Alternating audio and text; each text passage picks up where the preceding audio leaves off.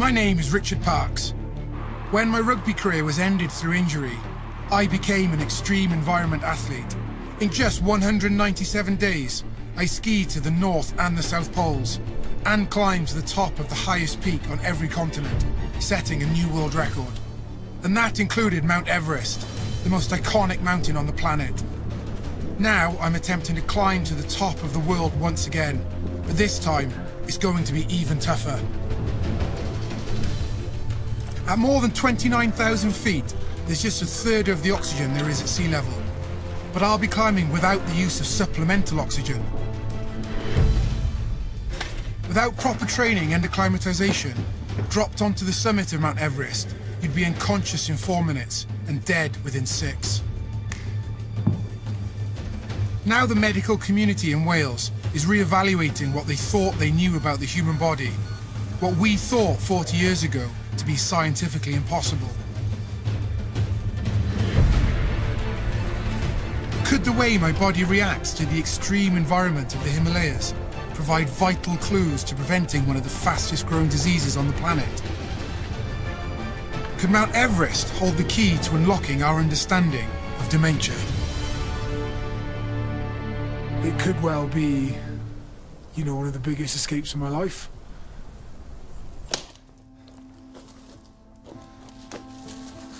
Every single item of gear that is here and that will be meticulously laid out and chosen, I love. You know, for me, a lot of my performance is about the detail, but the piece de resistance of my kit is my expedition suit, my summit suit. That item of clothing that is the closest thing I'll get to a spacesuit, and I love this. It looks cool, I love it, but it is, make no bones about it, it is a life, it is a survival item, it's a survival suit, and that's as I see it. Summiting Everest is hard enough as it is, but summiting without supplemental oxygen is a very different undertaking. The way our bodies adapt to the lack of oxygen in the air is to increase our red blood cell count, and that increases the viscosity of our blood. The human endeavour of summiting Everest and summiting Everest without supplemental oxygen is something that it really captivates me. My climb of Mount Everest is an experiment to gather new evidence in the hope of demonstrating how, with training, it's possible to keep the mind sharp by increasing blood flow to the brain, even when there's less oxygen for the brain to use. I'm hoping to show how anyone who does a little exercise can help prevent the onset of dementia. I've undergone an intensive training program at the Human Performance Lab in Reading to prepare me for the extreme altitude at which I'll be climbing. Try and go from the lunge. Nikki Phillips is my performance director on the expedition, having worked with me on the majority of my world first projects. Come on, last set. Make it a good one. She is my go-to person when it comes to physical preparation. Richard's physical preparation, the effort that he puts into that for what would be a 2-hour session of interval training is beyond what most athletes would do. And what's been quite interesting is that he trained amongst other high-performance athletes when he did that, and I think he really earned their respect when they saw what he was doing. And so if you can imagine the burn that you'd get just from walking up one hill very fast, and he's doing that again and again and again, and where he finds that extra strength, I don't know. This expedition is important not just to me, but to my mum and dad. We've experienced what it's like to have a close family friend diagnosed with dementia. My godfather battled with the disease. Having experienced this cruel disease so close to home, it's like somebody disintegrating from the inside out. And it just seems really cruel. Gavin Watkins and his wife Kim from Ebbw Vale have been living with Gavin's dementia since he was diagnosed with the disease 5 years ago. At the moment, there is no cure. They reckon there's one around the corner, but it's still a long way away, and we want to do as much as we can, and I want to do it while I can before I've lost it completely and unable to. How did it start, if you don't mind me asking? It was silly, stupid little things. We went to our daughter's in Plymouth one day and he forgot to lock the door. And he got back into the car and said, "Have I locked her door?" Then there was repeating things over and over, and he'd tell us the same story every weekend. The things that upset me so much is knowing that I'm going to forget my wife, my children and my grandson. I just know it's going to come, and it's so upsetting when you realise, you sit and think about that in your days, you know. That's the hardest part of it, is knowing that's going to happen, and it means such a lot to me to keep it as long as I can, and that's where I fight to try and keep that going. 2 years ago, I began working with the scientists at the University of South Wales in Pontypridd. Professor Damien Bailey will be monitoring my performance on Mount Everest in a science lab at base camp. His research explores the relationship between oxygen and dementia. The personal thing that really drives me is that there is no curative treatment at the moment. So if you're diagnosed with it, we can't cure it. People are working very hard, they're chasing after a cure, and it's proving very challenging. So the lion's share of our attention really is spent at trying to prevent it. We've got some evidence, and as the literature is suggesting, that exercise is probably the best medicine out there. We can put that on inside. Come on in, Ben. For the past 10 weeks, the team have been carrying out tests on me in a special chamber where the oxygen levels in the air have been reduced to simulate extreme altitude. We've been able to track Richard's progress, physiologically, if you like, during the training phases. The aim of this pilot study is to demonstrate that my acclimatization can compensate for the lack of oxygen on Mount Everest, that exercise can improve cognition even if there's less oxygen going to the brain. Richard has got a very comprehensive battery of tests that he'll be performing during the ascent to base camp, during the stay at base camp, and then of course above the Khumbu icefall. Toughest of all will be a procedure where I have to anaesthetize my leg, making an incision with a scalpel 5 centimeters into the muscle, and then using a 15 centimeter needle to remove a sample of tissue. This muscle biopsy will be stored and later analysed to assess how my body uses oxygen during my ascent. All of this must be done whatever the weather at 29,000 feet and on my own. There's still a question mark over whether this is even possible with the limited time I'll have at the most extreme of altitudes. The tests will help in our understanding of the link between exercise and brain function. You don't see the brain when it's exercising. Of course, you can see the muscle, or the heart, or the lungs. You can see your chest moving up and down, and you're breathing air in and out. But everybody forgets that the brain is in there as well. But we do know that there are parts of the brain, one specific part called the hippocampus, that actually shrinks with age. And the question is, to what extent can we improve aspects of cognition with exercise by increasing blood flow and oxygen delivery to parts of the brain that need it more than most? Wales's highest mountain may only be 3,560 feet, but there's an intimate connection between Snowdon and Mount Everest. Not only was Everest itself named after a Welshman, the surveyor Sir George Everest, but it was here on Snowdon that Sir Edmund Hillary and the 1953 expedition team came to train. But the time for my training is over.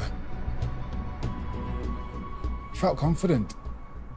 I just had no idea what was ahead or what was in store for me, but you know, I'm confident of the toolbox that I had and the people I had around me to manage it, but I had every confidence I was going to stand on the summit.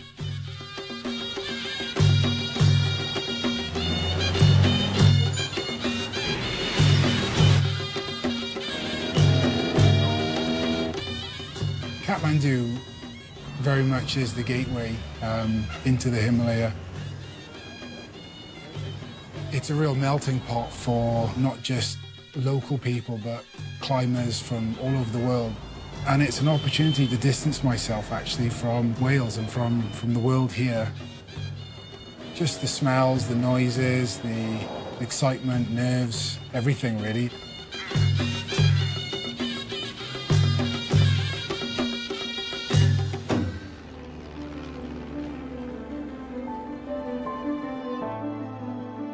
From Kathmandu, I'll fly into Lukla, the mountain town known as the gateway to the Himalayas.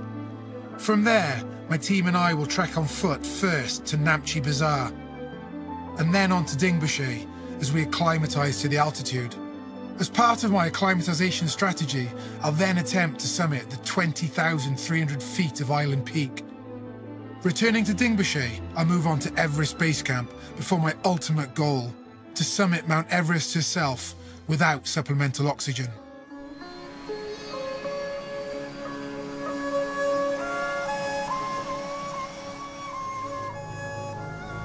My expedition team are Dr. Damien Bailey, Dr. Nicola Phillips, and operating the camera is Gareth Moreau.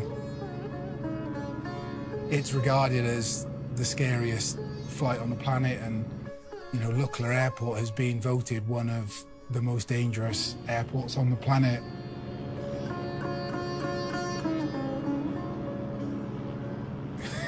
It's a really short runway, really short.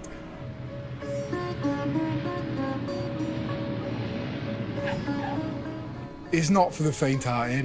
If you had any anxiety around flying, it's definitely not the airport to visit. Arriving in Lukla feels like the expedition is finally beginning. This place is real, not a simulated environment in a lab.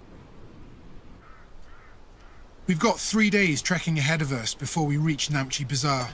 With our Sherpa, we'll be climbing from 9,383 feet to 11,290 feet.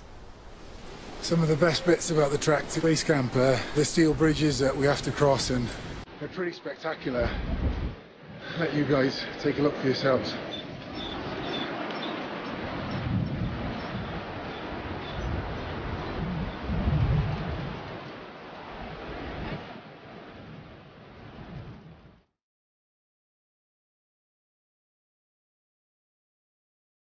We start our ascent of the Himalayan foothills, and straight away these steep slopes are enough to get the heart pumping. It's actually a crucial part of the climb. You know, from my experience, the better you acclimatise, or the easier you take the first few days up to around 3,000–4,000 metres, the better foundation you'll have above it.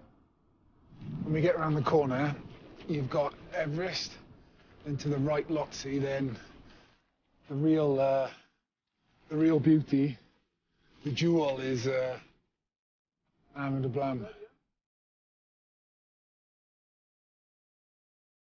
It's very special, isn't it? But those first few days were wonderful, because it was going to be an intense couple of months, so an opportunity for us all to get to know each other and you know, to bond further before the tough times came.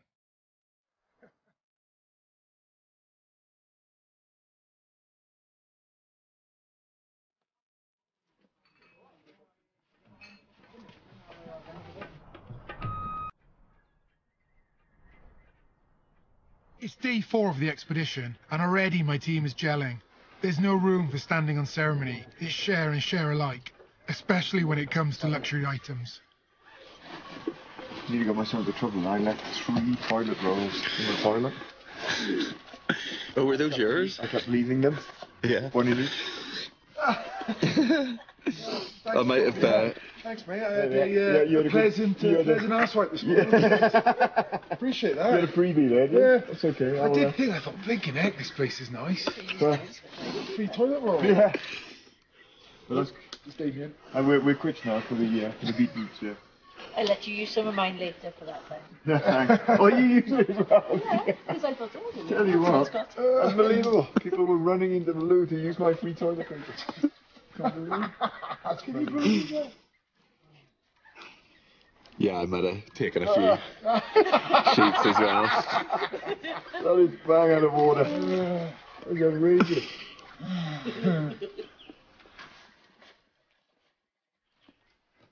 acclimatizers down and away to go. Let's do this. On your mark.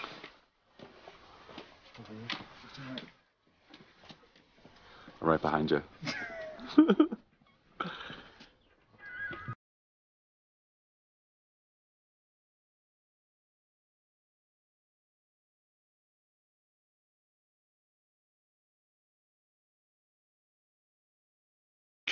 As we progress ever higher. People that are acutely exposed to this altitude would get very, very sick very, very quickly. And it, you know, again demonstrates that we're acclimatizing very well. And that's the objective here, is to acclimatize Richard ahead of the summit bid. Now, for some people, if you climb too high and too quickly and you get too cold, you can't actually acclimatize to that stress and you actually break down. And these symptoms really are known as acute mountain sickness. So acute mountain sickness really encapsulates a severe headache, and with that comes feeling sick, a lack of appetite, and difficulty breathing, and just not sleeping very well. So it has a really negative impact, just as a migraine would have a very negative impact on you at sea level, very similar at altitude.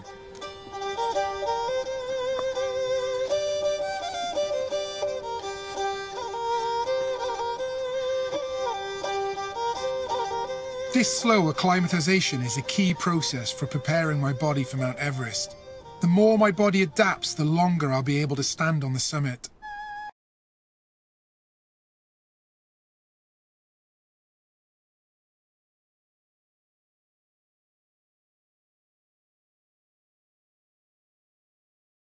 Readying ourselves physically takes time. Preparation of the mind is also key, but I'm about to take part in a tradition that few climbers are privileged to experience.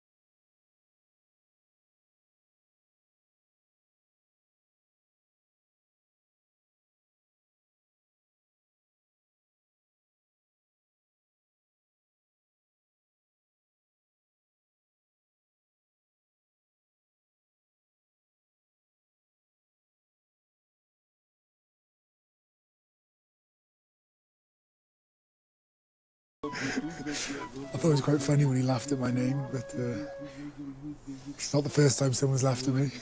Probably won't be the last.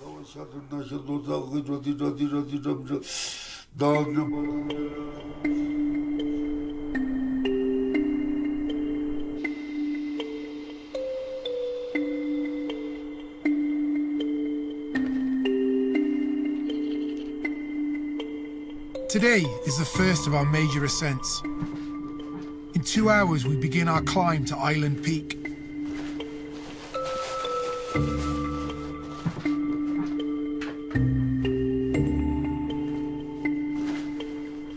White gold. White gold.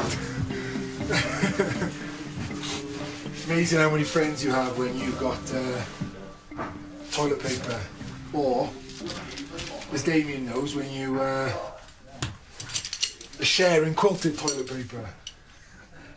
Unbeknown to him. We leave today for Island Peak, which is probably about a 3-day climb.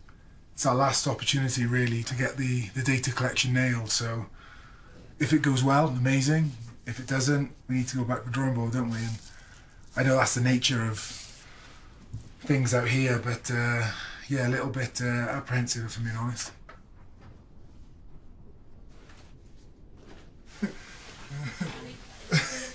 I was just sort of laughing because without really knowing it, I've been really OCD.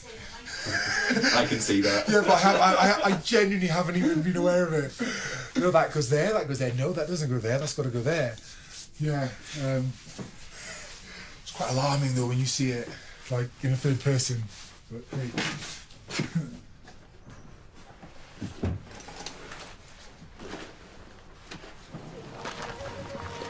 Have a good one. I shall. See you on the way back down. Go easy on the lava.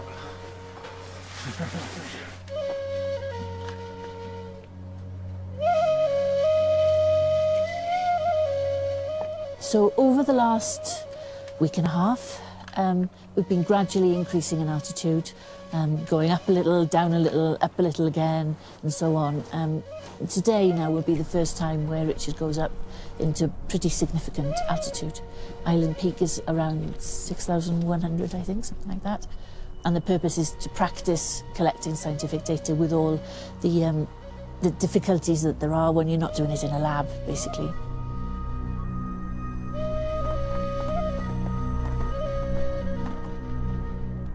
Ahead of me is High Camp. As I get closer, the clean, crisp mountain air carries with it a very welcome scent. Something you wouldn't expect to smell at 18,400 feet.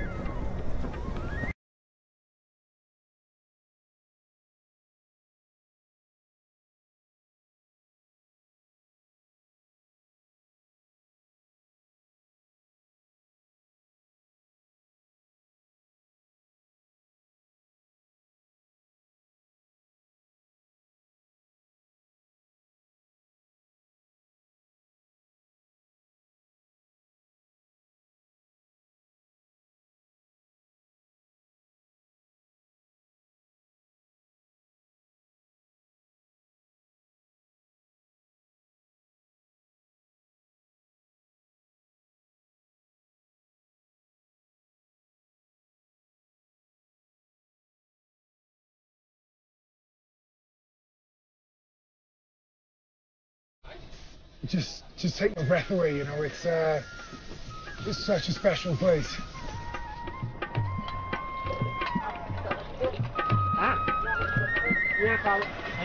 What's Ramesh cooked up today? We have rah-rah noodle soup. Pretty awesome, really. It's super noodles, but more super. Thanks, Ramesh.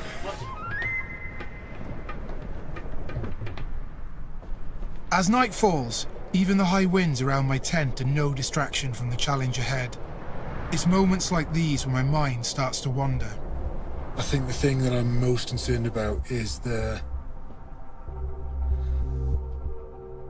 blood sample from my earlobe. Ironically, on paper, it's the easiest thing. The biopsy should be the hardest bit, but actually I'm really confident at the biopsy. I'm confident in my ability to perform that on my leg. I can see it, whereas I can't see my ear. I guess it's the unknown that makes this the adventure. I guess that's what inspires me to, to work at it. There are only a few hours to get some sleep, and it's not long before I'm out of my tent again and climbing.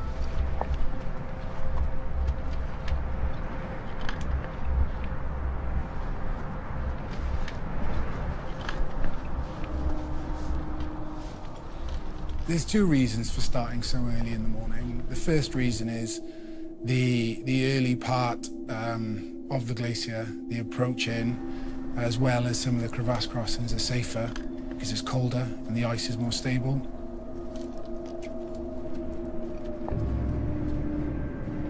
And the second reason is not being able to see how far you've got to go is always a bit of a bonus as well.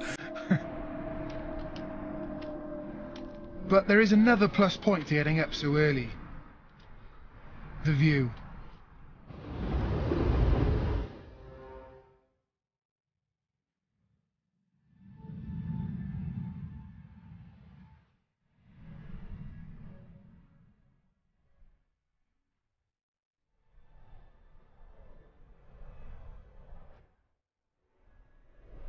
The views here at this time of the morning are quite literally breathtaking.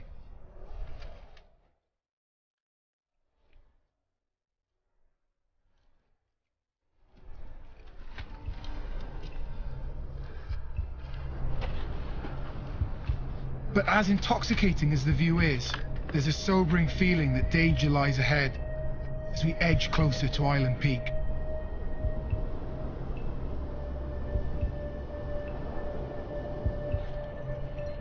The head wall is where the real challenge begins. Fixed lines hang down more than 650 feet of steep, poor quality ice. The head wall section of Island Peak, it's a tough few hours. And it's tough because physically it's hard. You know, you're just under 6,000 meters. The air is thin. Your body isn't getting as much oxygen as it would at sea level, and everything is considerably harder.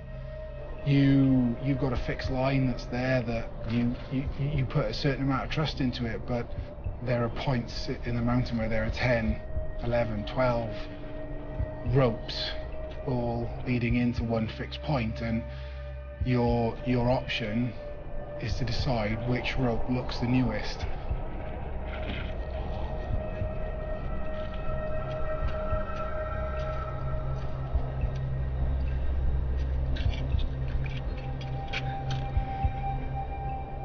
Entrusting my safety to someone else's rope is an uncomfortable feeling.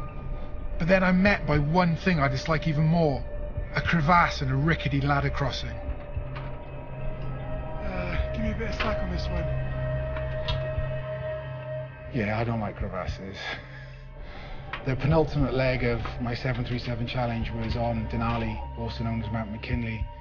I had what could have been a very dangerous, if not fatal, crevasse fall, where I fell about 7 meters down through a melted snow bridge, and my fall was only broken by landing on a ledge. And yeah, it very quickly turned into a very dangerous situation. There are a handful of ladder crossings spanning open crevasses in the early part of this section.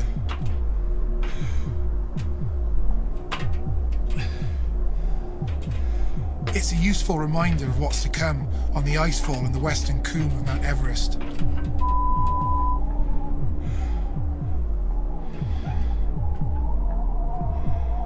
My left foot is stuck. You can imagine you're balancing on a ladder, on two ladders that are tied together using climbing rope. With just a momentary lapsing concentration, I've put my crampon down in a place where actually it's become wedged between two rungs, and it is absolutely horrific. You're balanced on this moving ladder, and so you have to sort of really gingerly try and loosen the crampon to get off. It's not nice, no. No, I don't enjoy that at all. I can't imagine many people would.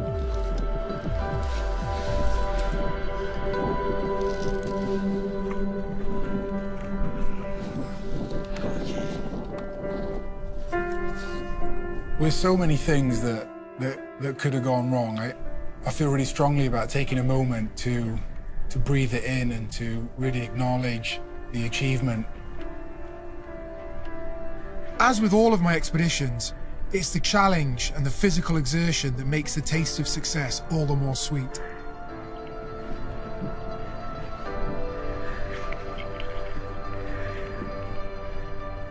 Flying the Welsh flag, and that's really important too, because it was a really, really significant and important milestone in the project. It helps build confidence, momentum, and it helps you visualize what you're actually trying to achieve, and it's a really proud moment. It's easy to get caught up in the moment of summiting Island Peak, but I'm here for a very specific reason. This is my dry run, and I've got to complete the blood, breath, cognition, and tissue sampling fast. If it goes wrong on Mount Everest in what's known as the death zone, and I'm there for too long, it could very well be catastrophic. First thing we do is going to be application there. Then that's going to take 2 minutes.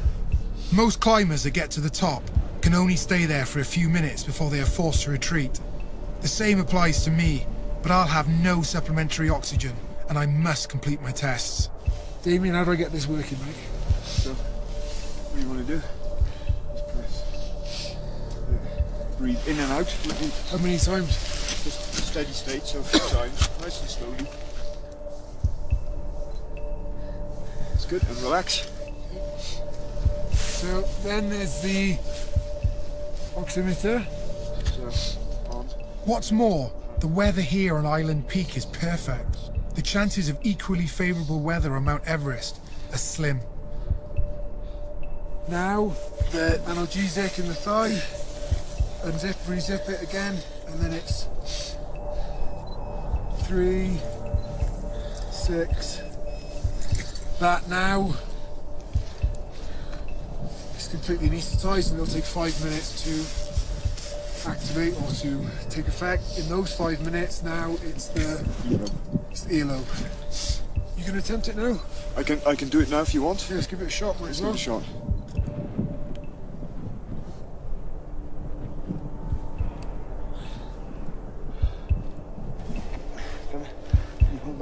I'm starting to feel anxious. No matter how many times I've practiced this in the lab, I knew it would take longer in reality. What bothers me is just how long it's taking. As part of my acclimatization, my body has produced a far higher concentration of red cells in my blood, I knew this was going to happen. Let me just try it one more time. making it thicker and almost impossible to sample. And then just turn your head. There we go, that's it. It didn't go according to plan. And I mean, I had some serious concerns. It highlighted that some of the things that I felt I could do on my own, I needed help. I needed another set of hands. We were up there for a long time. There was just no way that I could spend that time on the summit of Everest. We've now spent more than 30 minutes on this peak, and what's more, I haven't yet completed the cognitive tests. At sea level, this usually takes 8 to 10 minutes. Altitude inhibits the brain function, so it's going to take me longer. It's one thing going through it night after night in a tent or at home, but actually it's a completely different thing doing it at 6,000 meters.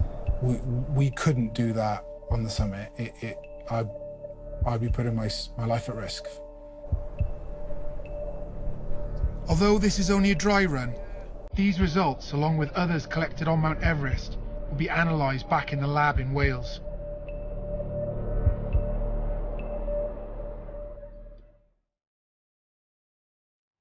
After the stresses of the test procedure, the whole team is reunited at Namche Bazaar, and we move on towards base camp.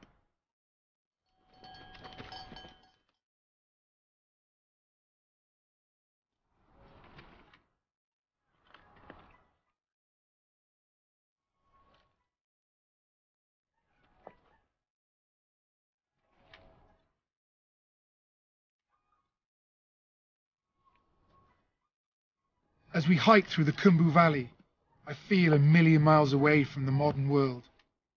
Then, from out of nowhere springs civilization, or the closest thing to it on this mountain, base camp.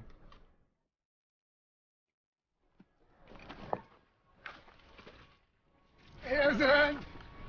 How's it, guys? How are you? I'm good, mate. How you doing? Yeah, good. Nice You to alright? see you. Yeah, I'm Thank you. pretty good. Yeah. Welcome. Hey, cheers, mate. How you doing? Nice to see you. Good to see you too. Yeah, good. Oh, Yeah. good. How you doing? And the paradox of base camp is that having trekked up the Khumbu Valley, getting more and more remote with each settlement, you then arrive at base camp and it's got infrastructure there that is unlike any other part of the Khumbu Valley. It's like a bustling metropolis of tents. You know, there's even very limited Wi-Fi signal there, which you can't get at other places along the trek into base camp. I can't believe you bought safety pins. That's next level, mate. Fair play. Sorry.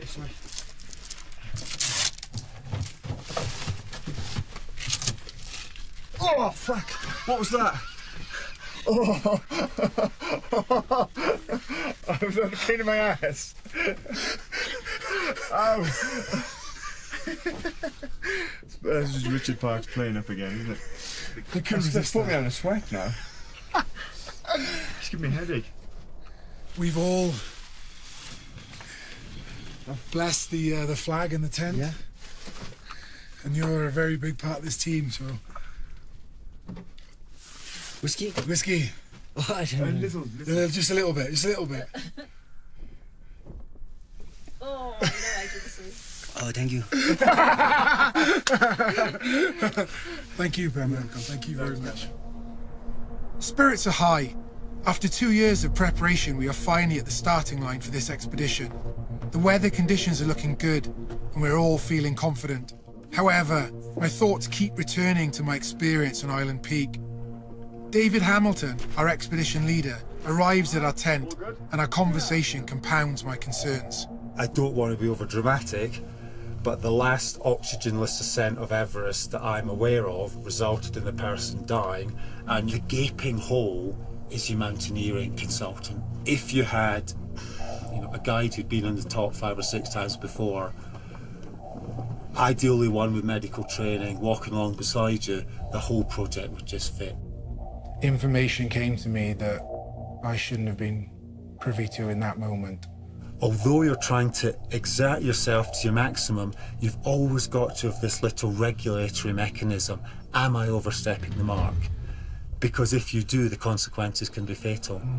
It was right that the information came to me, but it's really difficult to, to be told that I'm very close to my mortality, but yet still be expected to make rational, coherent decisions. And to me, that's the big weakness. That's what really worries me, is you up there, expending yourself possibly into areas where your judgment may be impaired and nobody else there to help.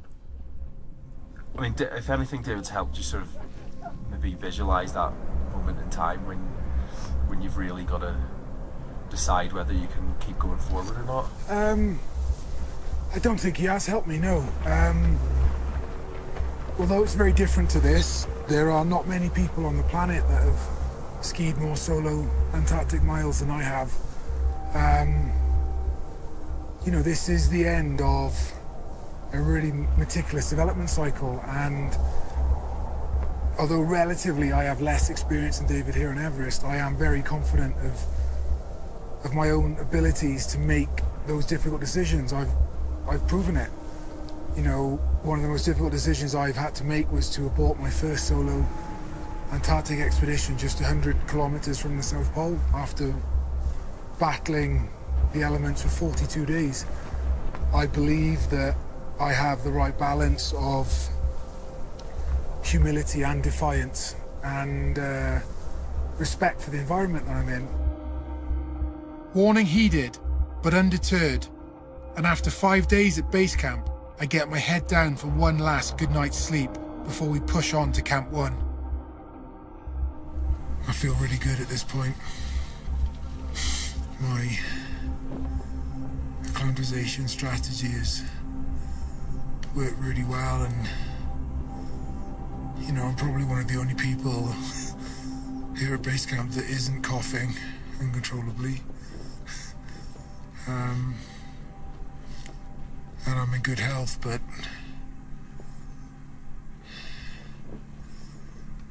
it's about to get really real.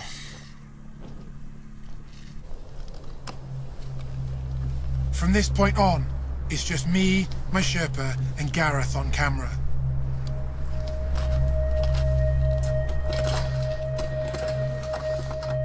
The Khumbu Icefall is one of the most dynamic, fast-moving glaciers I've ever been on. You can almost hear it creaking and grinding and cracking underneath you, and from day to day it can change overnight with big chunks of glacier dropping off or crevasses opening or filling in. It's not a part of the climb that I'd want to hang around in.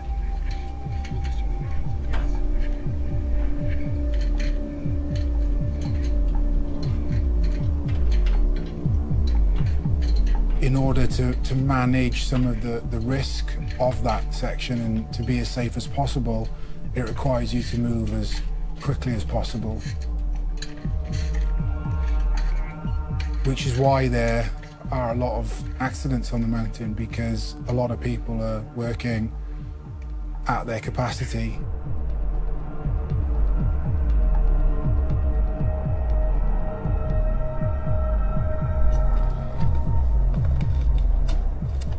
More than 270 people have died on this mountain in the last 50 years. Nearly 100 of them in the last 10. As well as the icefall, avalanches, and falling into crevasses, the effects of altitude have claimed many climbers.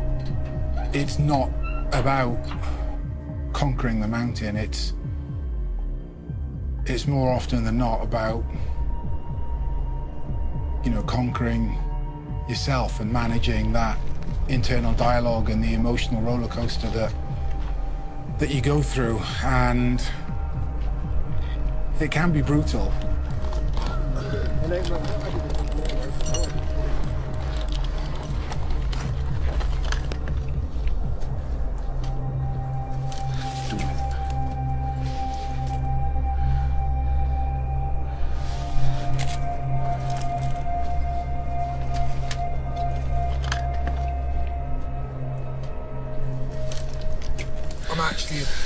I'm a bit nervous to show you this.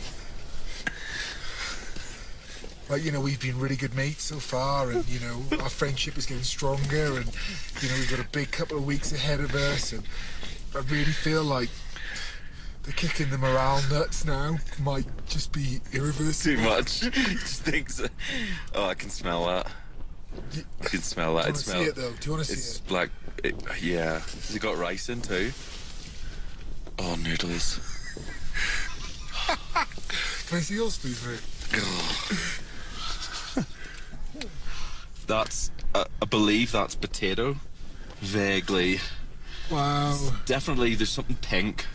Wow. And something yellow and something white, so I'm just gonna base it on that. Oh, that looks amazing. No, seriously, that actually looks really good. No, I felt bad earlier, but I don't now. No, it looks amazing. It looks amazing. You nearly sound sincere there. I'll try and describe what I'm eating.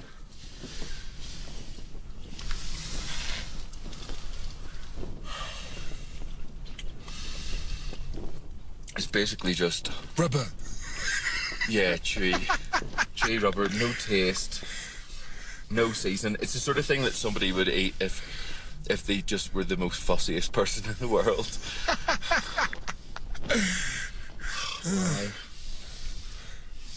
But 500 calories, which is about what we need to get. Yeah, and of course, yeah, you know, you just keep focusing on the positives. just hang it on something, hang it on anything. Your turn. Let's see how yours goes. Yeah, okay. Look at those noodles. Oh, the big chicken breast and the sweet corn. Yeah, I mean, chicken breast.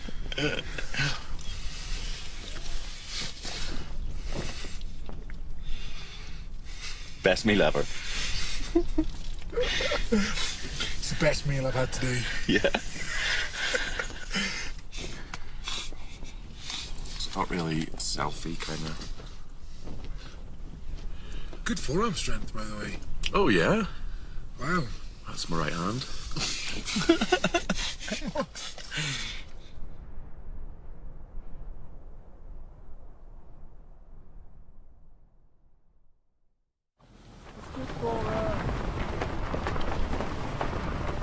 Things can go sideways really quickly, and the climb, you know, the climb to Camp 2 was a really good example of that. This is a high-risk avalanche area. You can make decisions that minimize the risk of avalanches, but they're still pretty unpredictable, and one moment to be looking forward to the coffee at Camp 2, you know, having got through arguably the most dangerous part of the climb to Camp 2, you know, to in a second to have that, it was, you know, it was pretty scary.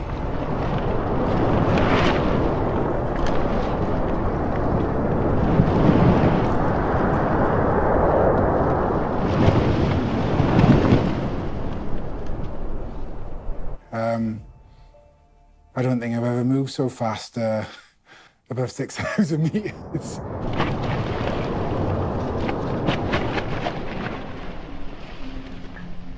With the avalanche still fresh in our minds, we arrive at Camp 2. My acclimatization strategy means we rest here for 2 days before we can carry on.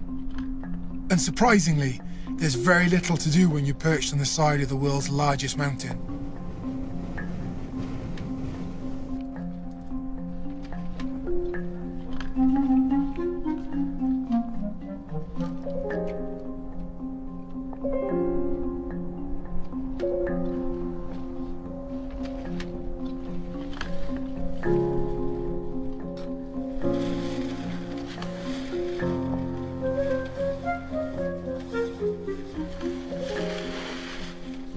So what are you going to do now? Put all my clothes back on again.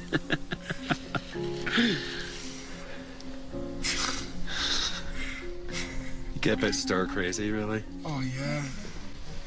You know, it comes to something when the highlight of your day is a wet wipe. The wet wipe shower. Oh, we missed that. You didn't tell me you were doing that. We didn't get it on camera. So give us a tour of our tent, I suppose. Actually, you've tidied up considering that we're filming. Well, I kind of knew that we'd maybe have guests in the form of a camera. So I'm a lot tidier than my usual. Yeah.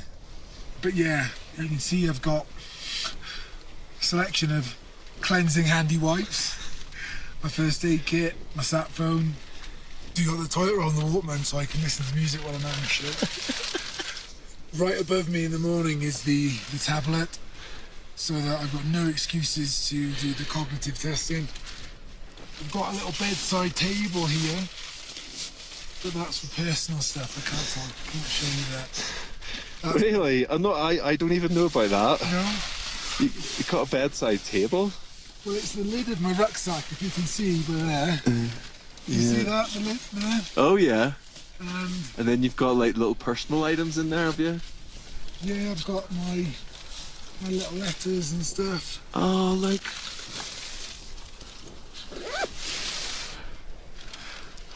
I'm just really impressed that you've tidied your side of the tent, knowing that you were going to be filming it. Yeah, well, the thing about my side of the tent is I haven't got half the stuff you have. I don't know how I get. Basically, I get by baby wipes and a sat phone. That's home. That's it, yeah.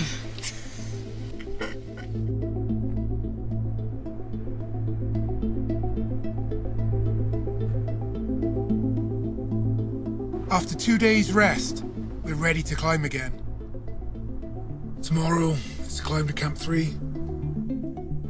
Then the day after, climb to the Yellow Band and back down.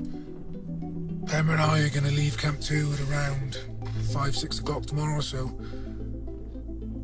signing off now, get some shut-eye.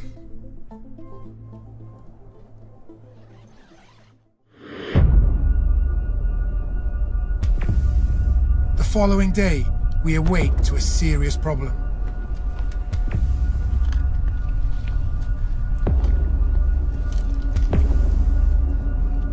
The picture said all, but explain what's going down. Well, this morning we've had a cruel twist of mountain fate. After all the preparations to move up to Camp 3 this morning, she's just completely shut down.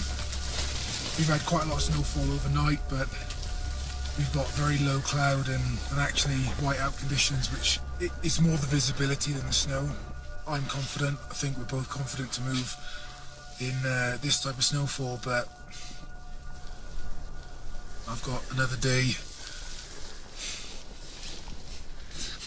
In your palace. Yeah, in my palace, yeah.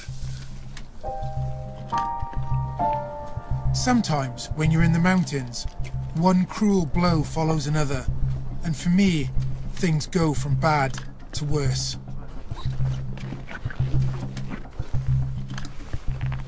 You know, Nikki and Damien have known this for the last 2 days, Yeah.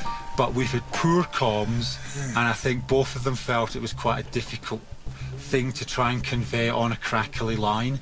Damien and our doc were looking through some of your blood test results, and alarm bells started ringing. You have arrived here fantastically acclimatised. You have more red blood cells than anyone else on this mountain, which from a point of view of climbing a mountain is great. However, in one of the emails I've read, your blood is like treacle. And that puts you at a very high risk of some medical events. Sure. The severity of my situation becomes clear when I'm eventually told that my condition could very well be life-threatening. I think the recommendation is that you descend to base camp, they repeat the tests, and then bringing in all the accumulated expertise, try to help you to achieve your project without unnecessary risk to you. We need to address the safety implications before you climb any further. Sure. Safety is paramount to me, and I needed more information to understand my situation fully. You've just dropped a bombshell on me. Are you suggesting that I descend? Well, I can descend now.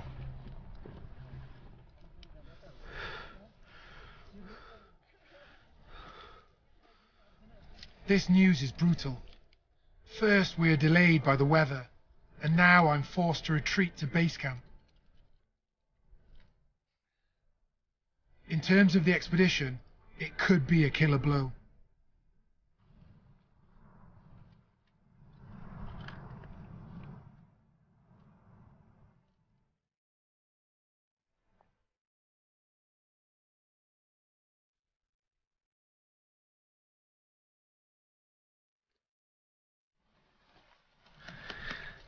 Glad to see you back, sir.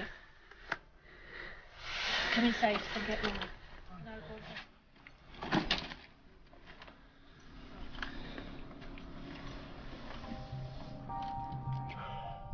Over the next few days, I'm subject to a series of tests to check how my body, and more importantly my blood, is performing at extreme altitude.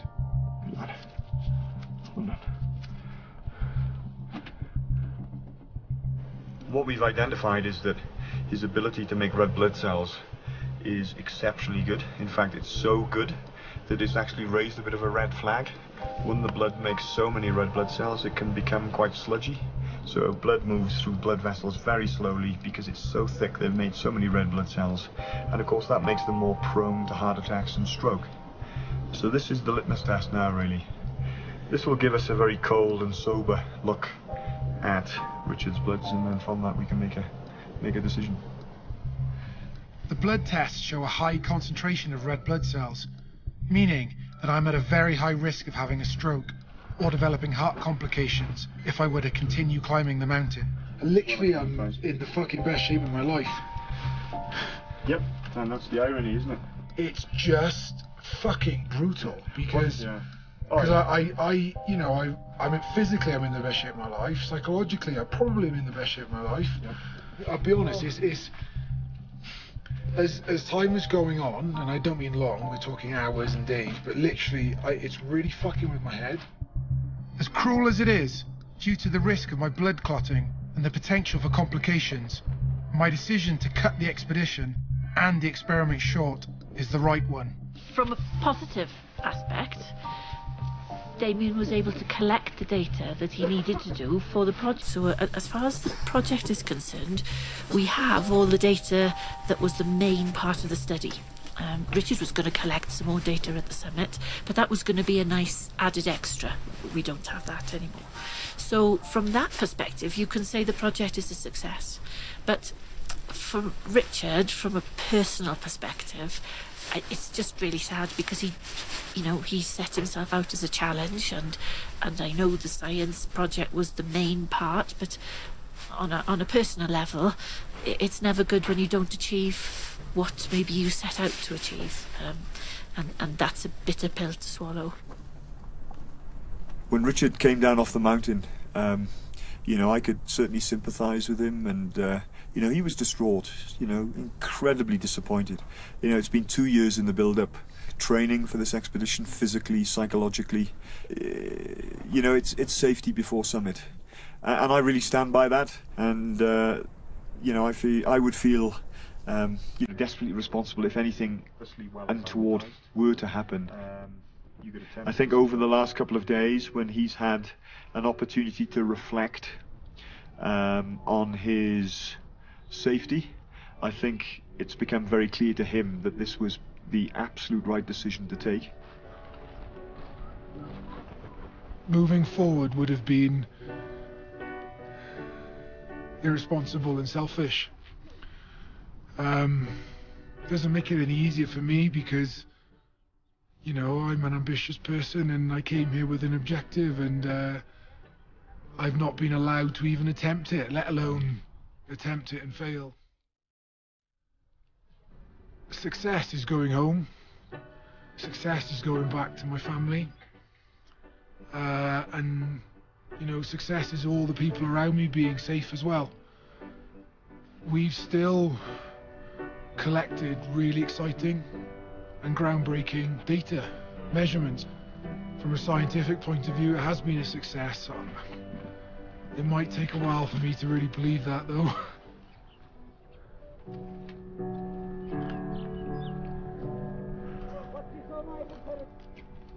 Standing on the summit of Everest is a memory, is a moment, is a feeling that will live with me forever. I can still feel the view. It's a very primal sense of insignificance.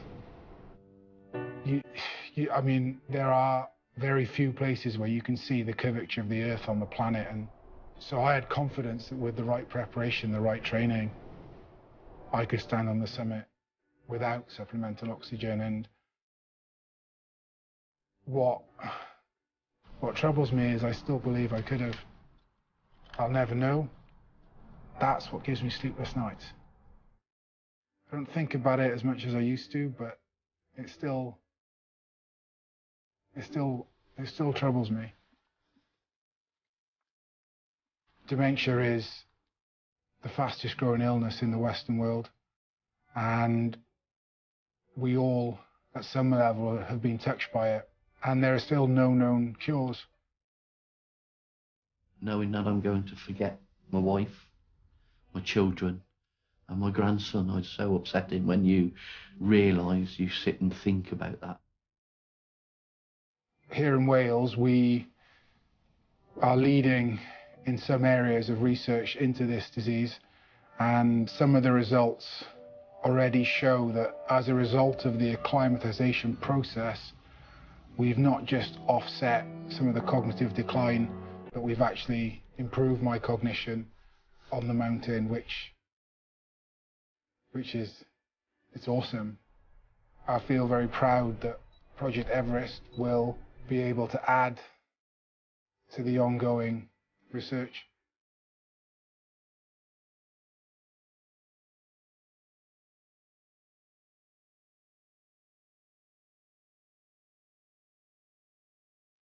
Reggie Yates investigates the growing problem of gun crime in America.